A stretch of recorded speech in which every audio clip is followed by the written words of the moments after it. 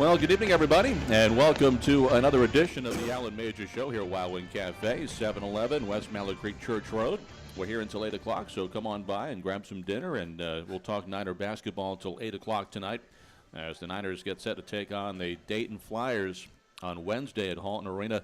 That'll tip off at 7:30. For tickets, call 704-687-4949 or get them at charlotte49ers.com. Our phone number here tonight is 704-332-0173, 704-332-0173. Alongside Landy Ford from ESPN 730 and Niner head coach Alan Major, I'm Matt Swarad. And again, welcome out to the show tonight. Coach, good to see you again. And you too. Back at it today after yesterday, and a good week ahead, I'm sure, as we got Dayton coming to town. Then we go on the road up St. Bonaventure. So final couple of weeks of the conference schedule, and amazing. It's crunch time. No, it's going fast, hasn't it? It really has. Yeah, it really has. The good thing about playing Wednesday, we get to turn the page off yesterday. I think two positive things came out of yesterday. People always wonder how you can kind of pull positive out of the rubble, but you can. Got to do that in life every now and then. You really have to, no matter what the situation. Yeah, and so, but no, the one positive thing was, to a man, guys looked at themselves and said, that wasn't me playing yesterday. And then, unfortunately, that happened about 8 times across, with the exception of Mike Thorne. I was so proud of him. Mike had a good game. I saw him this afternoon. I just said, look, you grew up in front of our eyes yesterday. Don't you stop. The extra film, the extra workouts he does. I said, what happened to you yesterday, you've been prepping for the last 2 months. You just don't realize it when it's coming. But that was the other positive, Mike Thorne's kind of, emergence, and then just looking at yourselves and saying, you know what, fellas, I mean, that's, that was a Jekyll and Hyde type of a day. And our guys know when we're good. And I think what snowballed on us a little bit yesterday was, and we talked about after the game, when the game gets a little sticky, you start to hunt for that magical play that's going to get us going, as opposed to the calmness and the peacefulness of get to, defend, get a stop, go score. Get a stop, go score. And you string 4 or 5 of those together, 3 or 4 of those together, that's how you get the momentum. The momentum is never with one swing. It's like a baseball game. Oh, yeah. You got to get runners on base, and you see it all summer long, The teams that swing for the fences, those games don't go too well. Not usually, that's for sure. Yeah. With Mike Thorne, the one thing you look at Mike, and it's something that really, I don't know if you can teach, is hunger and his aggressiveness. When you see him out on the floor, he might play 4 minutes, he might play 8 minutes, but when he's out there, his motor's not going to stop. Exactly. And if the ball's loose, he may not always get it, but he's going after it. Oh, absolutely. And that's certainly, for a young player and for a coach, you got to love to see that. Yeah. I mean, he knocked in 2 free throws. He's very good on the offensive glass. Like, he's got a nose for it, especially if the shot's taken on one side of the floor and he's on the other, on the weak side. He's either wedging himself in there, and he got fouled one time in the first half going for an offensive rebound. So I'm just proud of the kid because, back in late November, December, early January, when he wasn't quite in the mix, he's been doing all the same things in terms of getting himself ready. And that's all I used to tell him, is just keep getting ready for the moment that you don't know is coming. That's the hardest thing, because that moment's out there. Mm-hmm. I just can't circle a calendar and a date and say, hey, all right, on this day, be ready. So that's just a credit to him and his development and his coachability. Do you think with Mike, he is just so big that still he's in the learning process of learning, where to be on the floor, how to use his size to his advantage, because once he harnesses that ability, he is so big that he can just dominate the paint area. He is. He's 6'10", almost 6'11", 7'2" wingspan, and I think that's what he's up against. His biggest opponent is never an opposing team. His biggest opponent's experience, and there's a phrase in coaching, they say big guys are like fine wine. They get better with age. So usually big guys, you're going to see the best of them on the back end of their career. Guards come in, and they've had the ball in their hands their whole life. Guards control the game, and bigs get better as a function of playing off of guards. So you don't see their best until towards the end of their careers. Tell me if I'm off base here, because this is a comparison that I'm not sure.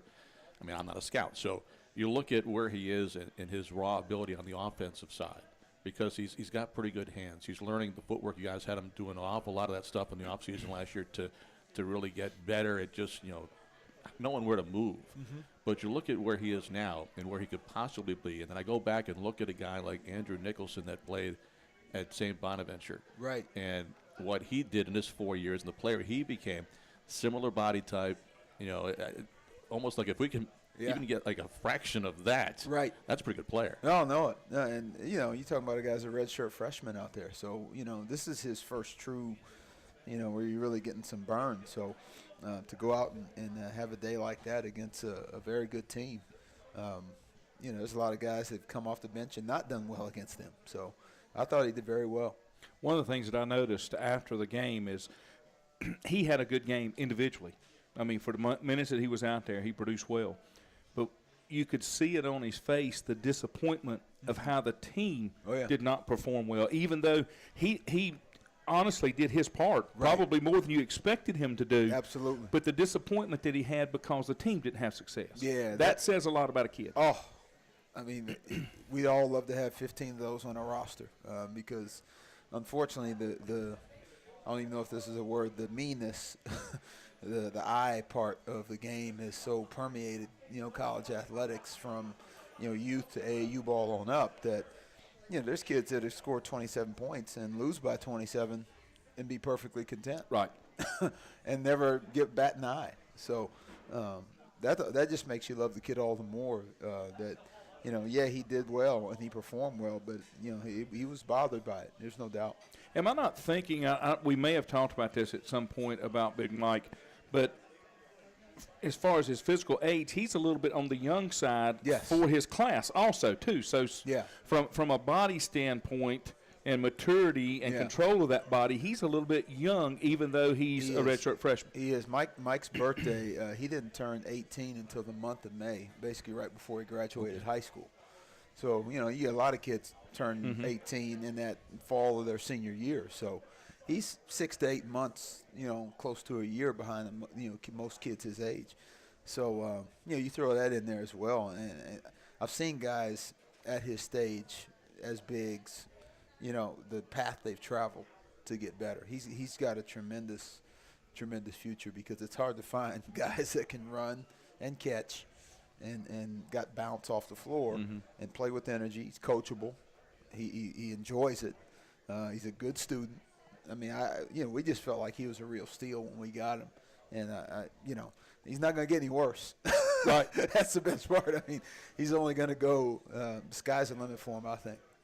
Our phone number is 704-332-0173. You're listening to the Alan Major Show, and if you're in the area, we're out at Wild Wing Cafe out by the university, Mallard Creek Church Road. Coach, you talked about the guys seemed like they tried to make a 15-point shot at times yesterday, trying to make that come back quicker than they normally would try to chip away at it. Do you think sometimes, we talked about coming into the game yesterday, what people are saying, and they're kids, they hear things, and knowing that it was a big opportunity. Now that it didn't go our way, is it too hard now to try to get that out of their mind in terms of there's a lot of basketball still to be played? Right. You didn't lose everything yesterday. It's just one game. There's a lot more to play and get them going again. Yeah, no, I think you stay the course. I mean, that's what we talked about this morning is, we watched the game as a team, and they saw it. They saw what we saw as coaches is that, that's not who we are. And we actually put Dayton on their brain before they left the locker room just to turn the page, mentally turn the page. And that's the beauty of a quick turnaround is you don't have a few days to let this fester. You get a chance to go right to the next game. But, that's the challenge of us as coaches. We try to offset whatever they hear the 22 hours we're not around them. We try to offset that stuff by just trying to stay in the moment. So that's our mindset is just, hey, fellas, you move on to the next game and, you wash that one away. It was, it's disappointing for us, of course, to not win the game. But you look on the flip side, and a guy like Coach Dunphy and his Temple Owls, they certainly had a big week. And we've seen in this league some teams have really big weeks. St. Louis is on a great run now, 9 wins in a row. And the more these teams continue to win, the more the league gets the publicity that it's getting, and we Right. continue to take care of business. That's a good thing for us down the stretch as well, because these Right. teams are teams like LaSalle that we beat, Xavier that we beat. So it's certainly good in the ultimate, storyline of how things are playing out. But Yeah. in terms of having a big week, for Temple, they had a big week. They did. I mean, they manhandled LaSalle. I mean, that game ended up an 8-point game, but they made 2 threes to get it to that point. I mean, it was 22 points at one point. But no, that's where it's at. I mean, I think our big thing now is you focus on Wednesday, obviously going on the road Saturday, so chance for us to mature a little bit. Phone number 704-332-0173. We'll take a break right now, but more to come here on the Alan Major Show from Wild Wing Cafe, brought to you from IMG College. Welcome back to the Alan Major Show here at Wild Wing Cafe University. Our phone number 704-332-0173. The Niners going for their 19th win of the season this Wednesday night. They host the Dayton Flyers at Halton Arena, 7:30 tip time. Our pregame show beginning at 7 o'clock, and then it's off to St. Bonaventure and Olean, New York this weekend. And, Coach, I checked the weather forecast. It's supposed to snow. Bring the beanies. And I guess we're flying into Bradford, Pennsylvania again. Yep. That little snowy feel. Bring the beanies. Yeah, it was like a scene from that Rocky movie, remember? It was, yeah. Oh, yeah. Ilya felt like Drago getting, being up there. But we landed on a snowy field. The runway. They said there was a runway there. I don't know if there was, but it was just full of snow. No, it's just you go on faith, man. Whatever they tell you hope it's true. So that's the week ahead for the 49ers. We'll touch on Dayton first, Coach. Coach Miller now in his second season, and they're coming in. They're one of those teams that they're hungry right now. They're trying to play their way into the conference tournament. There are 4 teams that won't go to Brooklyn, and right now, if the season ended today, Dayton's one of them. Right. And they have a very proud basketball tradition, so Tremendous. they want to make sure they can get over the hump and get to Brooklyn. So yeah, they're going to be ready to go. They will be. Yeah, I've known Arch a long time and worked together a couple of years at Ohio State. So. He's got a bunch of young guys too. He's brought some freshmen in, and lost a couple guys off last year's team. But the guy that makes them go is Dillard. He's kind of like their quarterback, Donovan McNabb of sorts, and just runs the team. Does a great job running the team. He's twice as many assists as the next highest guy, 38% from 3. 44% from the field. He's a great pick and roll guy. He just makes them go. When he gets the closer he gets to the paint, the more problems he causes, because that means he's cracked your defense, and now he's got you scrambling and rotating. So, not that they don't have other capable guys, but he's the one that keeps everybody fed. Not that they haven't lived up to expectations this season, but they're certainly not where they expected to be at this point of the year.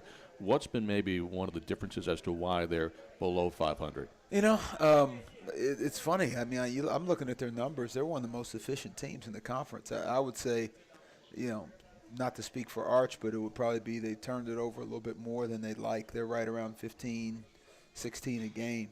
But they shoot 46% from the field. They're right around 37, 38 from 3. Very good offensive rebounding team. So offensively, they got some really good numbers. So it would probably be a function of that, turnovers, and looking at their field goal percentage defense, it's probably a little high than Arch would want it in terms of what they're giving up to people. So, but they're playing some young guys too, and that's a big part of it. I mean, you start looking at some of these teams that are really in the conversation, and if you ever get 3 or 4 hours to yourself, pull up their rosters online. Pull up St. Louis rosters online. Pull up VCU's roster online. Pull up Temple's roster online. St. Joe's guys are getting older, kind of a junior, senior, sophomore, heavy-laden team. So that really, when you get to this time of year, that's so huge, because those guys have been through so much, and you can't buy experience. The only thing you can do is go out and get it. I think you pay Temple a big compliment in that you've called them the past some men's leaguers, and that these Right. guys they show up, they just want to play basketball. Right. There's no egos. Let's just go and play, and let's try and win. Yeah. And that's what you get from veteran guys that have been there, and they want the ultimate goal to win. Yeah, and they're calm. They don't get rattled. They don't. We tried to get into them a little bit, but they're pretty good at just not letting you take the ball away from them. They share the ball. You saw 3 or 4 extra pass sequences where they really sprayed it around. So that's a function of just a lot of mileage of playing together. So But yeah, I think that's the case across the country. You look at, especially within our league, you look at some of these teams that are really in the mix. I mean, they're pretty experienced. You talked about not being the team that you normally are, especially on the defensive side. Of course, shooting percentage and what you hit, you're either on or you're not. Right. I mean, but defense, you can kind of control that to some extent. Yeah. You played a little different defense yesterday. I thought you were man, but you would try to do some jumps and some double teams around, and there were times when it would hurt because they were shooting the lights out anyway, especially threes. Right. What was your methodology behind that, and what was your thinking? We actually didn't mean to. A couple times. Okay. Yeah, what you try to avoid against teams like Temple is getting what we call two on the ball. Mm-hmm. And if you end up with two on the ball, that means there's a rotation of some sorts. That means somebody got beat, and now somebody else has to come and help. So now there's two on the ball. Well, if there's two on the ball, somebody's open. There's three of ours somewhere, and there's four of theirs somewhere else. Yeah. And so when that happens, it creates in basketball it's called a scramble, meaning that there's the ball's driven. There's a rotation here. There's a kick out. There's a recovery, and if the recovery never recovers, that means there's probably going to be another drive, which is going to lead to another kick, which is going to lead to another drive, and it can snowball on you. And that happened a few times in the first half as to why they got some of those open threes. Coach, yesterday we talked about Mike Thorne. Also, Perrier Henry at times is his offensive game. As you look at his last few games, it's grown to where he's getting a lot more confidence, knowing that if you guys need a bucket, he can find a way to get you something. Yeah. And he was terrific at Butler. I thought he played really well.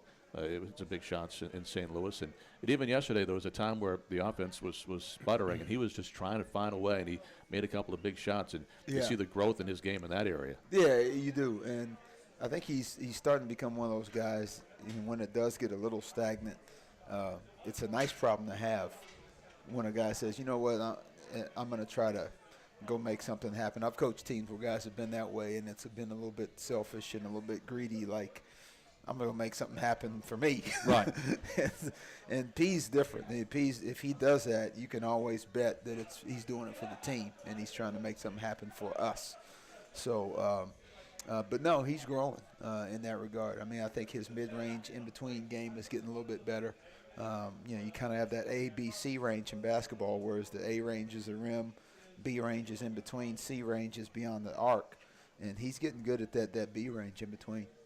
One of the things that Matt and I talked about yesterday during the game, it wasn't that we were making bad decisions on shot selection. They just weren't falling. I mean, right. we were getting some good looks and some you got T. Willis in those mid-range jumpers. It's usually pretty effective there. But things just weren't falling, and it happens like that. But I thought the shot selection and what we were trying to do was pretty solid. Yeah, it was for the most part. I think the thing that we learned this morning as we watched it was there were some middle of the possession shots that we took. And against Temple, sometimes you've got to get to that next level of the possession. If you chop it up in the thirds, after you cross half court, you got, roughly 30 seconds. So anywhere from that, 30 to 20 range is the first level of the possession. 20 to 10, second level of the possession. 10 to 0, well, you got to make something happen then because you're going to get a violation. But a lot of good things happen in that 20 to 10 range. And yesterday we had a few shots that were in that 20 to 30 range. Way too quick. Yeah. And again, not out of greed or anything. I think it was just the feel of like, hey, we want to get ourselves going. But sometimes the best way to get going, less is more. And in that 20 to 10 range, the defense will make a few more mistakes, which will give you a few more opportunities. Give us a call at 704-332-0173 here at Wild Wing Cafe, the Alan Major Show. Coach, one thing I noticed too at Temple, and it was a little different when we played them in Philadelphia, is both teams shot the ball so well, and the game was just kind of flowing up and down. But when you get kind of that half-court game with them, and they kind of pack that defense in the lane, they're so long that you can't just stand out the top and try and make that entry pass. And we tried to do it a few times, and it was youth a little bit, trying to make that play, thinking their guys open in the paint, Willie or somebody. Right. But they're just so long that it's tough to make that pass. Yeah, Coach Dunphy's always liked big wings.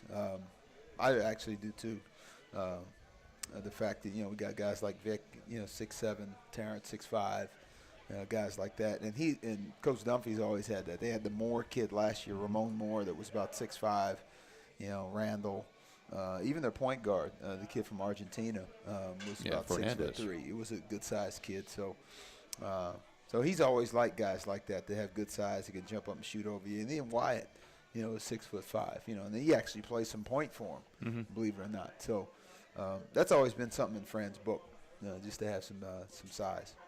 Coach, we'll take a break now and going to give you a little bit of break yourself because we'll come back and talk Niners women's basketball with Coach Cara Consuegra is going to join us today. They're playing awfully well. They've won 11 games in a row. They're 22-4 on the season, and school record tying 11-game winning streak. So we're going to talk to Coach C in a moment, and also E. Victor Dickerson's our guest coming back for a second time this season. He'll join us here on the Allen Major Show coming up as well. We'll take a break. This is the Allen Major Show from IMG College. The Allen Major Show here at Wild Wing Cafe University. Our phone number is 704-332-0173. Coach has stepped aside for a moment, and we have brought in the coach of the Niner women's basketball team, Cara Consuegra, who's joining us for a second time this year. Coach, good to see you. Thanks. I appreciate you having me on. Oh, turn your mic on. There you go. There you go. Thank you. I appreciate being here.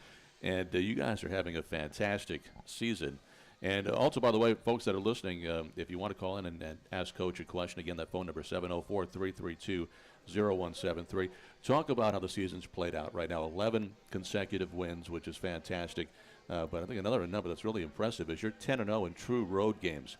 And that says a lot, especially when you get into March and you start talking about the big dance.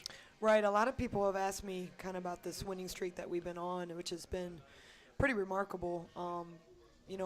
Not something we planned. It's just been amazing. We've just tried to work with this team on getting better every week and getting better every day, and that's really what we talk about. And it's just been amazing to see the little steps that we've taken, and during that time we've built this game streak that is nothing, again, that we had planned, but I think it's just happened little by little, and we've been able to win games. I mean, it hasn't always been the prettiest. A lot of them have been tight games, close games. But we have a lot of experience on our bench, great senior class, and they've led the way for us. You do have some fantastic seniors. And talk about how this season has evolved, the beginning of the year, where you saw this team and now where they are now and how they got there. Right. We always knew that this team had a lot of talent. There was no doubt about that. And I think that our team knew that, our staff knew that, and we openly talked about that we were a very talented team that was talented enough to win 20-plus games and make a true run at the NCAA tournament and postseason play. But I felt like we were missing a lot of the intangibles. Our work ethic was okay. We played hard at times. As a group, we didn't really go through adversity really well my first year as a head coach, and that was something that we really worked on, having that team unity and having each other's back when things get hard. And early in the season, we didn't have it either. And some of the key losses that we had, Kansas State at home, Florida State at home, we play those games now, I think it would be a different game. We just hadn't learned how to win. We hadn't learned how to get through the tough stretches of those games. And as we've gotten into conference play, we dropped that first game against Fordham also at home, and I think that finally was a turning point for our team where they decided they wanted to be the team that we were capable of being. And our drive to win and our relentlessness in competition, it just switched. It felt like overnight, and it was really tremendous to see, because we always knew that was in us. But I wasn't quite sure if it would come out, and it has. So can I take credit for that Fordham game, because that was the first one. That was the inaugural game on the radio, and I was afraid we wouldn't get asked back because that was not the way that was supposed to go. So instead, the winning streak goes to you, Manny. I guess because we got credited with the loss. In watching you play, it's kind of like Coach Major has had the opportunity based on game situation to get some of your younger players involved. You've got some really valuable seniors out there, but with everybody, it helps if you can make that rotation a little bit deeper, give you some more kids that you can go to if the need arises. Yeah, no doubt. I mean, we definitely have top to bottom a great roster. I mean, certainly our seniors have been the anchor for our team this year, and there's no doubt about that. But Nye Hammond's a junior, is just playing absolutely fabulous for us. Hillary Sigmund, a sophomore who starts for us. Ayanna Holmes, a sophomore, is our sixth man off the bench. Easily could be a starter. If we could start 6 people, she would. And then our freshman class, as we've gotten into A-10 play, they haven't quite gotten to play as much as probably I would have liked. because we've been in so many tight games, and that shortened up our rotation. But they're really, really talented, and I think, Niner Nation is going to really enjoy seeing them in the next 3 years. Coach, coming in right now, you're looking at right now you're in second place in the A-10. Dayton's in first. They're nationally ranked. Is that, as you try to build this program, the next step for you guys? You've been in the postseason now 10 straight years, trying to get back to the NCAA for the first time since 2009.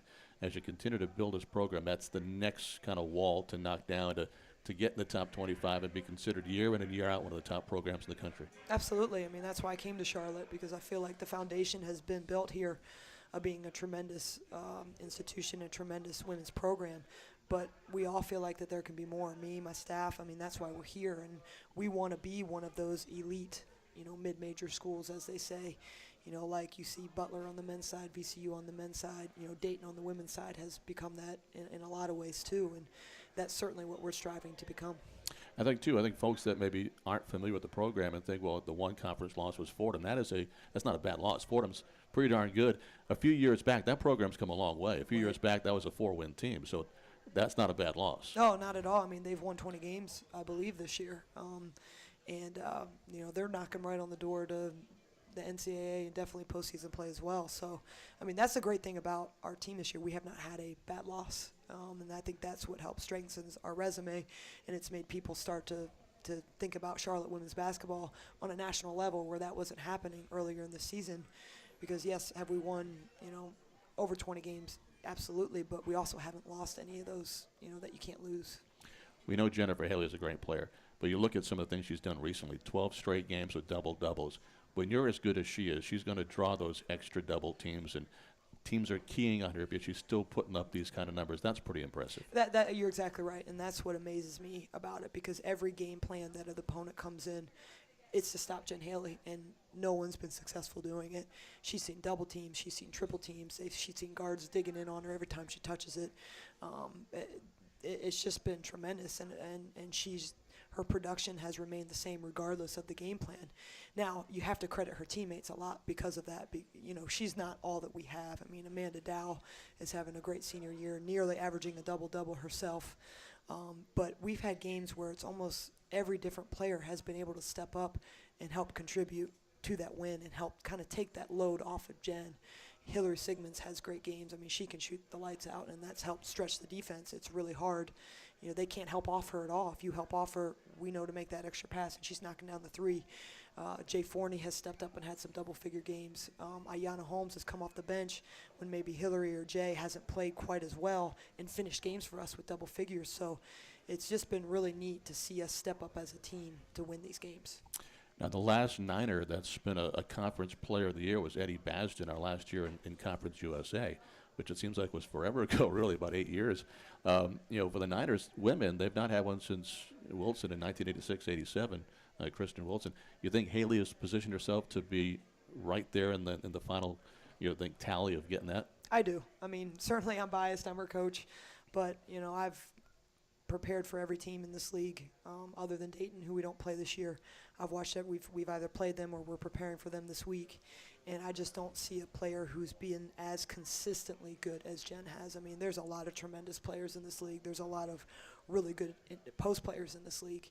But for someone, like I said, who draws all that attention, takes the majority of the opponent's game plan, and still perform as consistently as she has,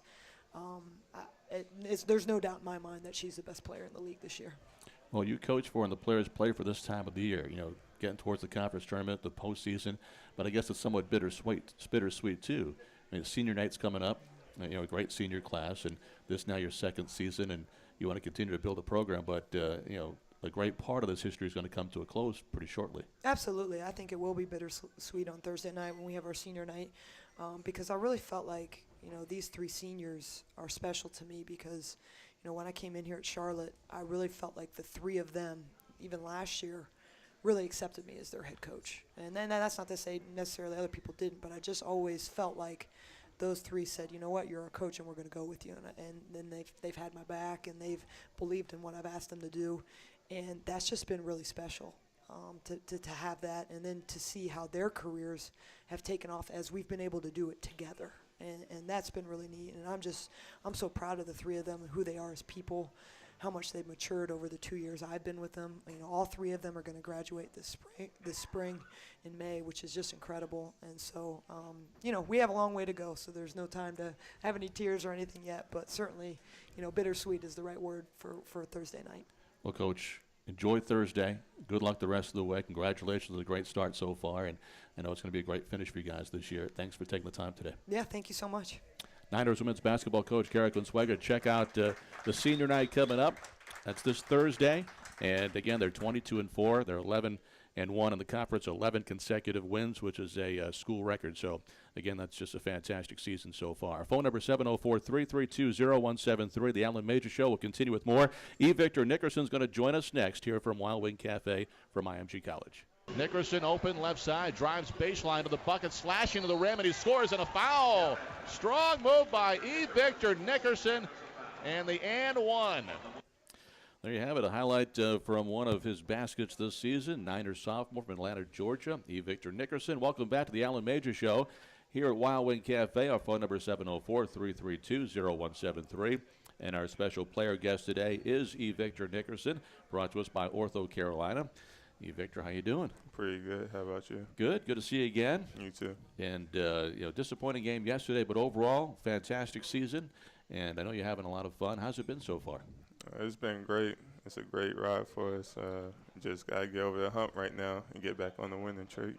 Big week with the home game against Dayton, then back on the road to St. Bonaventure. And, you know, Coach talked about the reaction after the game yesterday and how you guys really felt like that wasn't the effort you wanted to put out there. So going forward as a group, you know, still some great goals that could be attained.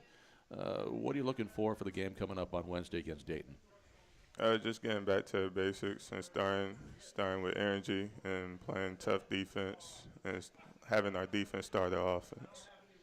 Yesterday, the slow start, and it kind of snowballed on you guys a little bit. But you know Temple's a good team, and you had a good shot to get them at their place. What were some of the things you took from that game yesterday? We got to stick to the game plan on defense and offensive side. Defense, we got to guard our yards, coach would say, and rebound the ball. And offense, we just got to stick with the game plan going into the paint.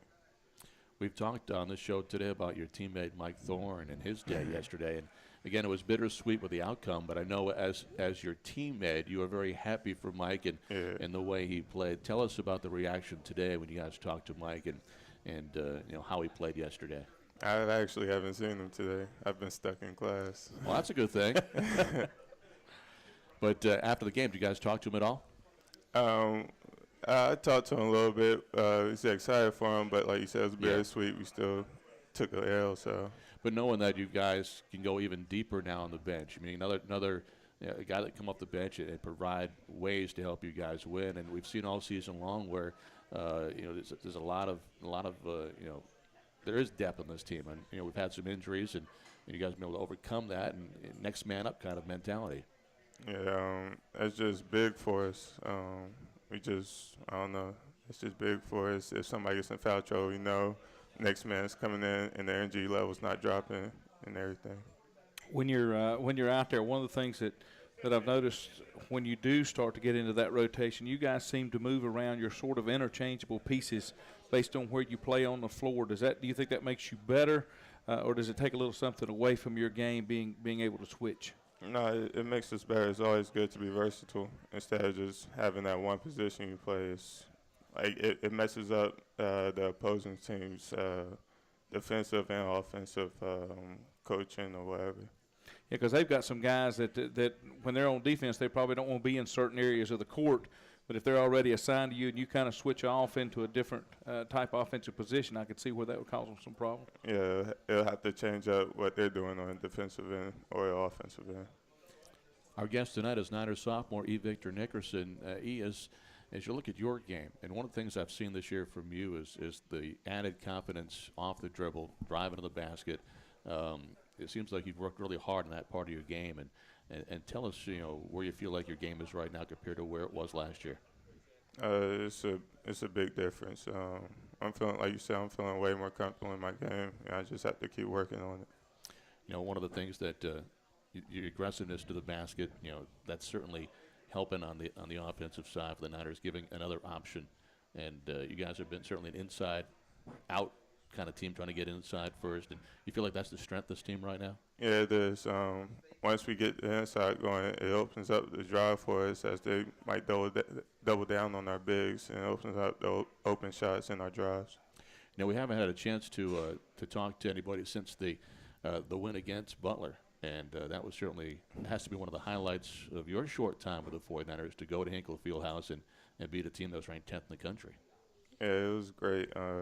They brought a great atmosphere, and it was just exciting for us to come out with the win. Had you seen the movie Hoosiers? A long time ago. A long time ago? Yeah. When you walked into that place, it was it's a great old basketball barn and a lot of history in that place. What was it like when you guys went in there for that first shoot-around practice? I'm not gonna lie, I just stood there and just looked around. Kind of cool, huh? Yeah. Now, you guys have a chance, too, and when you go to the conference tournament, which is not that far away, you go from playing in one of the old, great old buildings in basketball to one of the great new ones in the Barclays Center, home of the New Jersey Nets, now the Brooklyn Nets in Brooklyn, New York. That's going to, I guess, for you guys, got to be pretty exciting. Yeah, but, court's a court. Got 2 goals, got the free throw line, 3-point line. So you just got to be ready to play. We can't let that take away from our game plan. I guess just like Hoosiers, court's 94 feet, the basket's 10 feet tall. Hey, Vic, good luck on Wednesday night. Thank you. As you guys take on Dayton, hopefully a good game, and yes, sir. We'll talk to you down the road. All right, thank you. Victor Nickerson's been our guest, Niners sophomore from Atlanta, Georgia, here on the Alan Major Show. Still more to come. Our phone number is 704-332-0173. We've got about 17 more minutes of the show tonight. Coach Major's going to join us again after this break. Again, you're listening to the Alan Major Show from IMG College. Welcome back to Wild Wing Cafe University, the Alan Major Show. Phone number 704-332-0173. We've got about 14 minutes left before the show wraps up here tonight. Niners home on Wednesday to take on the Dayton Flyers, and then on the road Saturday to take on the St. Bonaventure Bonnies. And Coach, Dayton coming in. It's going to be a tough game, and then we go on the road to St. Bonaventure. Since we don't have a show before the St. Bonnie game, let's talk about going up there. That's a tough place to go, no matter how good or bad they may happen to be that given year. Right. Going to the Riley Center is no easy task. Yeah, I was talking to a few media guys today about I feel bad for our fans that St. Bonaventure isn't within driving distance. Because, when you're a true basketball fan, whether it's home, you're going to those games. And then anything within striking distance on the road, you're going to try to go to. And you don't get an appreciation for how tough the league is and how good the league is if you're here in Charlotte at times, because you don't have the ability to go to these other places.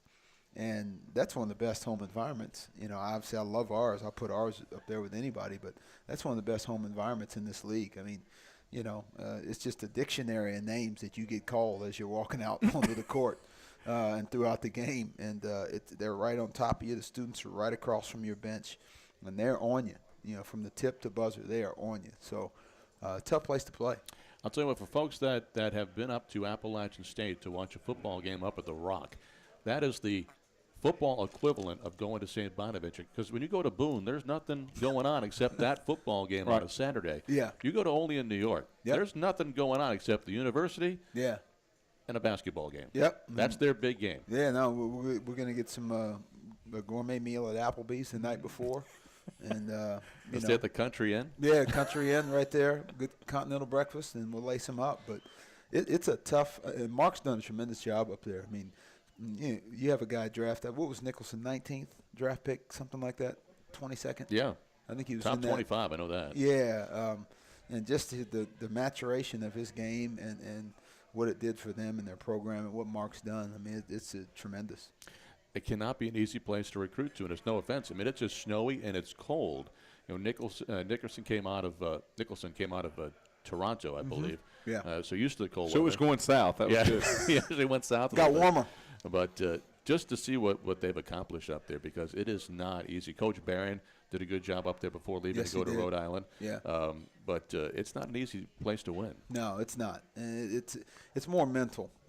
You get up there and it's cold and all that, and you're in the middle of nowhere. So some of those things are just mental things that, you have to I probably won't address them too much, because sometimes if you bring it up, it becomes you mental. made it an issue, So the big thing is get up there, find the hotel, find the gym, and focus on the 40 minutes of playing ball.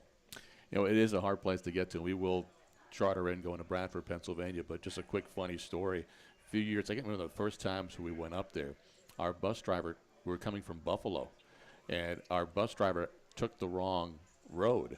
And I'm not going to say anything. I'm sitting like third seat back on the right side, and I see a sign that says St. Bonaventure, Olean, right there.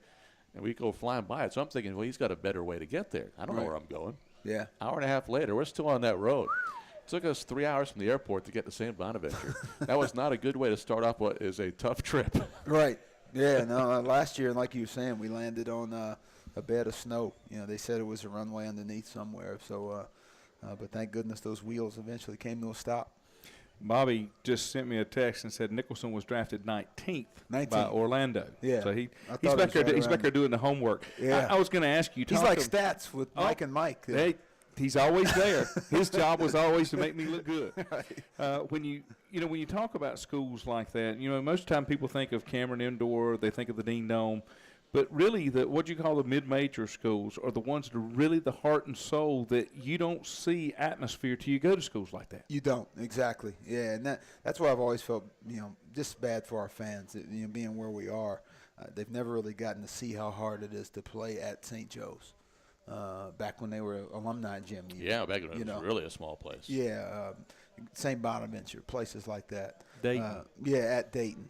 At down in the hole. At Xavier.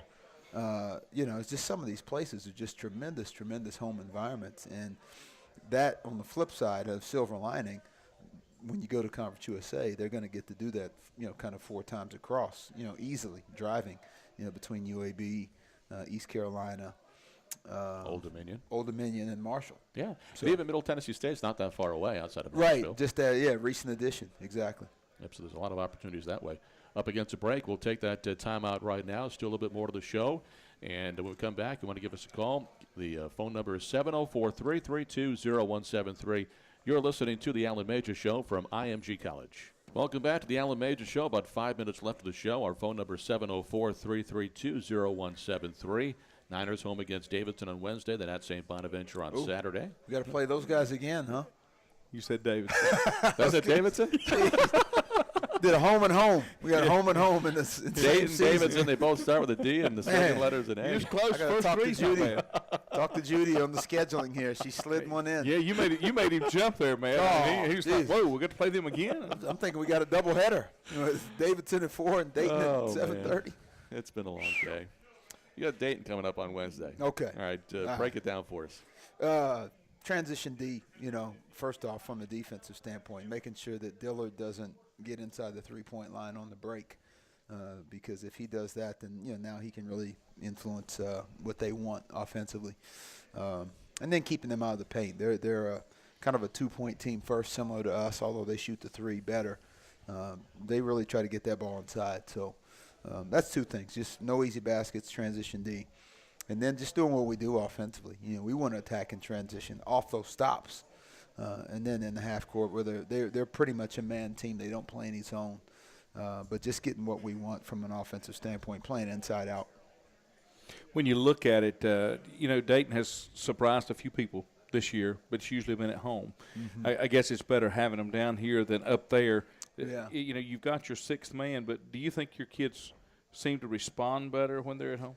I do, and I think that's part of the reason why there was a little bit of a search to get that magic hoop the other day, because if that magic hoop sometimes goes in, even though it's still worth 2 or 3 points, that energizes the crowd.